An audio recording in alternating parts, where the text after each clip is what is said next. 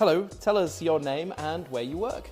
Hi, I'm Esra Hassan. I'm a first-year PhD student at Brighton and Sussex Medical School Centre for Dementia Studies, and I'm also a mum to a 1.5-year-old. Hi Esra, thank you for joining us today. We're at the Alzheimer's Disease International Conference at the Oval Cricket Ground, and I know you've been presenting your work. So why don't you tell us what you do and what you've been presenting today? Thanks, sure. So my research is on the determinants of dementia attitudes in young people.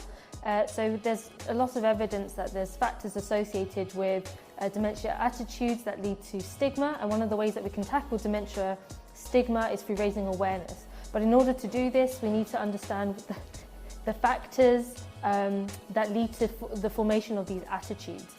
So we have some evidence in adults, but this isn't established in young people.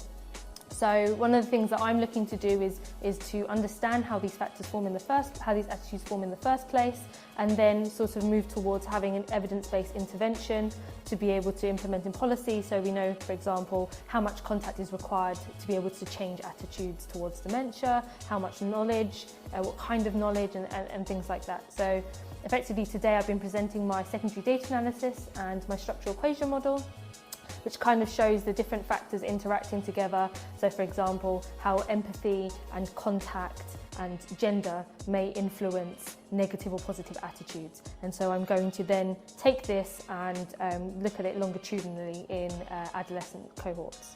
That's really exciting work, and you can see how that has some real practical applications. Particularly, I can already see Alzheimer's charities, both in the UK and overseas, kind of saying, this is really good, can we make use of it? So good luck with that. How long have you got left, did you say?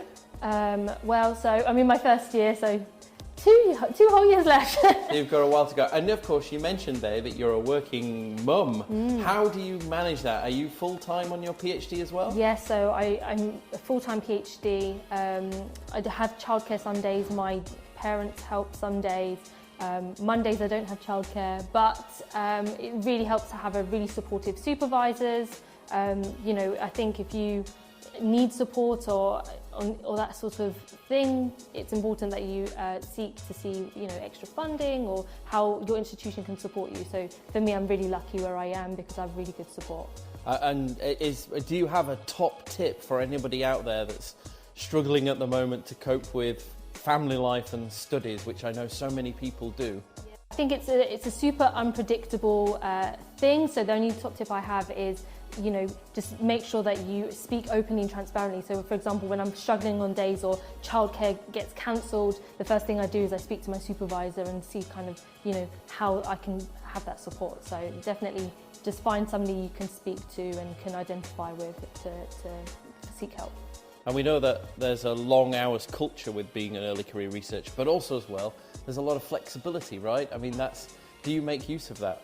Yeah, so I need that flexibility because it's such an unpredictable thing, like I said, with childcare. So, you know, I can't work early mornings, I can't work late in the evenings, but like I said, on Mondays, I don't have childcare, so I don't work on Mondays.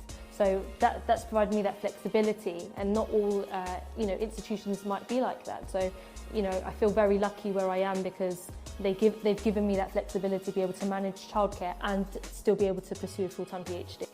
I can't help but think that there's going to be some third years out there who are absolutely stressed right now trying to finish up that thesis with a deadline against them, who are going to look back and say, you just wait 2 more years. Are you starting to write now to prepare so that you can cope with that? Yes, so I've done my scoping review, a systematic review, and my secondary data analysis. So I've written the chapters for that, and I'm trying to also write manuscripts for publication as well once I finish those chapters. So I basically, as soon as I started writing because I knew that. I feel like I had to start writing just to sort of stay on top of things. Brilliant. Well, thank you, Esra, for finding time to talk to us today. And anybody who's interested in hearing more about Esra's work, you'll find her Twitter account there in the show notes and in her bio on the Dementia Researcher website. Thank you and have a great day.